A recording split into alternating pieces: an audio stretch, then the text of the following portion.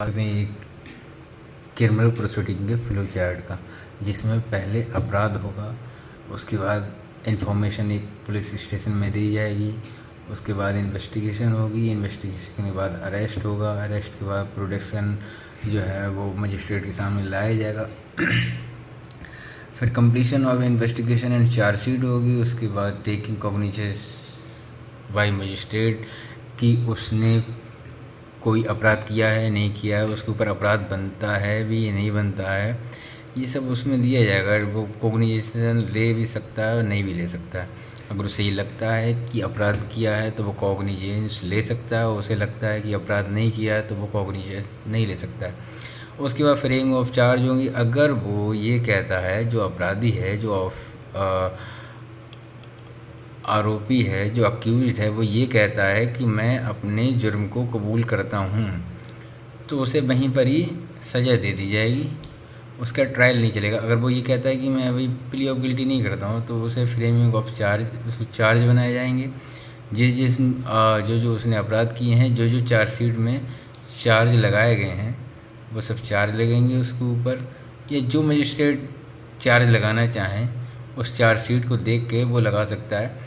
फिर चार्जशीट मतलब framing of charge हो जाएगा। फिर उसके बाद ट्रायल, गवाह वगैरह चलेंगे, गवाह आएंगे, उनका क्रॉस एग्जामिनेशन होगा, चीफ होगा।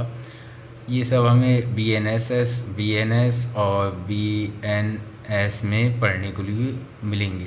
ये फ्लो चार्ट जो है, इसके चलो ये ट्रायल के बाद जजमेंट होगा, जजमेंट के बाद अक्यूट हो जाएगा, अक्यूट नहीं होगा तो कन्विक्ट हो जाएगा। कन्विक्ट के बाद अगर उसमें अपील के लिए प्रावधान दिया गया है BNS में या BNSS में, तब वह अपील कर सकता है अपना।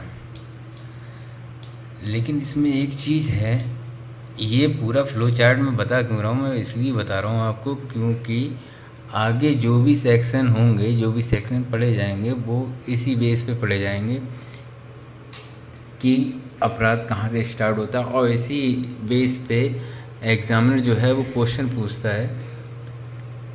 इन्फॉर्मेशन एंड FIR से क्वेश्चन पूछेगा, इन्वेस्टिगेशन से क्वेश्चन पूछेगा, अरेस्ट कहाँ कहाँ कौन कौन से प्रावधान है, कब कब अरेस्ट कर सकती है पुलिस, यहाँ से ये क्वेश्चन बनते हैं। फिर आप BNS में आ जाओ, BNS में भी यहीं से पूछेगा। कॉग्निजेबल जो ऑफेंस हैं, प्रॉपर्टी से रिलेटेड हैं, इन बॉडी से रिलेटेड हैं, या वुमेन असॉल्ट से रिलेटेड हैं, सब यहीं से क्वेश्चंस बनते हैं। अगर ये फ्लो चार्ट हमने सही से समझ लिया तो फिर हमें आसानी होगी और चीज़ें